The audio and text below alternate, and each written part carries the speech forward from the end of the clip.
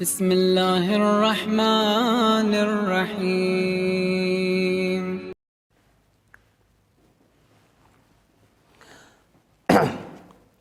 اب دیکھنا یہ ہے کہ اللہ تبارک و تعالیٰ سے ڈرنے والے کون لوگ ہیں، کہ کن لوگوں کو خداوند عالم نے خود کہا ہے۔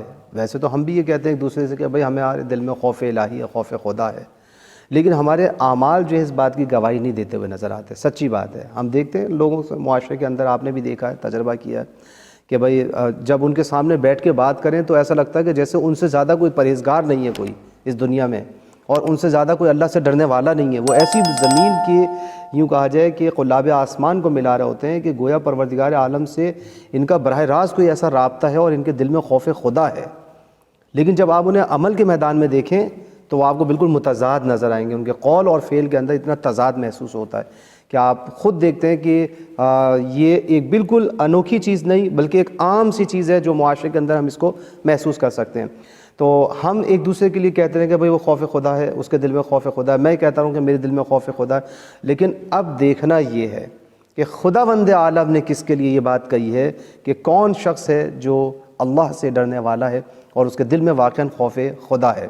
تو خداوند عالم نے آپ دیکھیں سورہ فاطر، یہ قرآن مجید کا 35واں سورہ ہے اور اس کی 28 نمبر آیت میں خداوند عالم نے ارشاد فرمایا کہ انما یخشی اللہ من عبادہ العلماء، کہ اللہ سے جو صرف خشوع و خضوع رکھنے والے ہیں وہ کون لوگ ہیں؟ من عبادہ العلماء، بندوں میں جو پروردگار عالم سے خشوع و خضوع رکھتے ہیں، ڈرتے ہیں، وہ کون ہیں؟ علماء ہیں، یعنی اہل علم حضرات ہیں، صاحبان علم ہیں جو پروردگار عالم کی بارگاہ میں خاشع نظر آتے ہیں۔ لیکن عزیزان محترم یہ بات یاد رہنی چاہیے کہ ہر اہل علم جو ہے، یعنی آپ جس سے سمجھیں کہ یہ عالم ہے، اس کا اگر وہ خدا کا خوف اس کے دل میں نہیں ہے تو در حقیقت وہ پروردگار عالم کی بارگاہ میں وہ اہل علم کہلائے جانے کے بھی قابل نہیں ہے۔ اس لیے کہ جس طرح سے مثال کے طور پہ آپ یہ دیکھیں کہ خداوند عالم نے یہ بات کہی ہے کہ نماز برائیوں سے روکتی ہے، ان الصلاۃ تنہی عن الفحشاء والمنکر، نماز ہمیں برائیوں سے روکتی ہے، بری باتوں سے روکتی ہے اور منکرات سے روکتی ہے کہ جسے خداوند عالم نے ہمارے لیے ممنوع قرار دیا ہے۔ تو اب اگر انسان نماز پڑھنے کے بعد جھوٹ بول رہا ہے، نماز پڑھنے کے بعد مومنین کو دھوکہ دے رہا ہے، تو بتائیے کہ یہ نماز کا فالٹ ہے یہ خود اس آدمی کا فالٹ ہے؟ تو آپ یہ نہ سوچیے گا کہ نماز کے اندر وہ تاثیر نہیں ہے، نہیں، یہ اس آدمی کے اندر صلاحیت نہیں تھی کہ نماز نے اس پر اثر نہیں کیا، ورنہ نماز اپنا اثر کرنے والی ہے، یہ بات ذہن میں رہنی چاہیے۔ اس کا مطلب یہ کہ اس نے نماز کو اس انداز سے ادا نہیں کیا ہے کہ جس طرح سے نماز کو ادا کرنے کا حق تھا۔ اسی طریقے سے یہاں پر ہے کہ انما یخشی اللہ من عبادہ العلماء، یہ قرآن کریم کی آیت ہے کہ جس میں خداوند عالم نے واضح طور پر کہا ہے کہ اللہ سے ڈرنے والے، خشوع و خضوع کرنے والے کون لوگ ہیں؟ علماء ہیں۔ بس اگر اللہ سے نہیں ڈرتے، ان کے دل میں خوف الہی نہیں ہے، تو اس کا مطلب ہے عزیزان محترم پھر وہ علماء نہیں ہیں، در حقیقت وہ یوں کہا جا سکتا ہے کہ وہ معلومات کا ذخیرہ ہیں، ان کے پاس معلومات ہے لیکن اہل علم نہیں ہے۔ اللہ کسے اہل علم قرار دیتا ہے؟ کہ جس کے دل میں خوف الہی پیدا ہو، اور یہ در حقیقت علم جو ہے پروردگار عالم کی طرف سے ایک عنایت ہے۔ یہ کتابوں کا رٹ لینا، یہ الفاظوں کا رٹ لینا یہ علم نہیں ہے، یہ تعبیرات کا جمع کر لینا، یہ معلومات کا ذخیرہ ہو جانا، اسے خداوند عالم علم نہیں کہتا۔ دیکھیں مولا کائنات حضرت علی بن ابی طالب یعصب الدین، مولا کائنات نے نہج البلاغہ میں کیا فرمایا علم کے بارے میں کہ انما کہ العلم نور، علم نور ہے، یقذفہ اللہ فی قلب من یشاء، کہ اللہ جس کے دل میں چاہتا ہے اس کو اتار دیتا ہے۔ اس کا مطلب یہ کہ علم وہ ہے کہ جسے خداوند عالم اتارتا ہے مومن کے دل میں، جس کے دل میں چاہتا ہے خداوند عالم۔ اس کا مطلب ہے کہ یہ جو دنیا میں جتنی بھی سائنس اور ٹیکنالوجی ہے، خداوند عالم کی نگاہ میں گویا یہ وہ علم کہلائے جانے کے قابل نہیں ہے کہ جو انسان کے لیے مضر ہو، انسان کی تباہی کا سبب بنے۔ یہ تخریب کاریاں ہیں، یہ معلومات کا مجموعہ ہے، ورنہ علم در حقیقت تعمیرات کا نام ہے، انسان سازی کا نام ہے، خدا شناسی کا نام ہے۔ معرفت الہی کا نام ہے، یہ علم ہے، اور خشوع و خضوع کا نام ہے۔ اب دیکھیں خداوند عالم سے والہانہ عشق اور اس کی جلالت و عظمت کے سامنے خاشع و خاضع کون رہتا ہے؟ علماء ہیں۔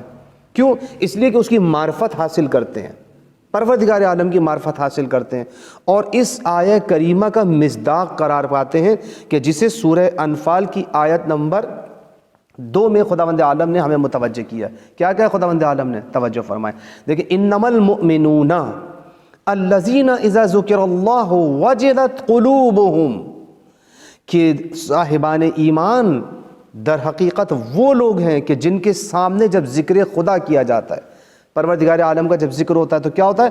وجلت قلوبہم، تو ان کے دلوں کے اندر خوف الہی پیدا ہو جاتا ہے۔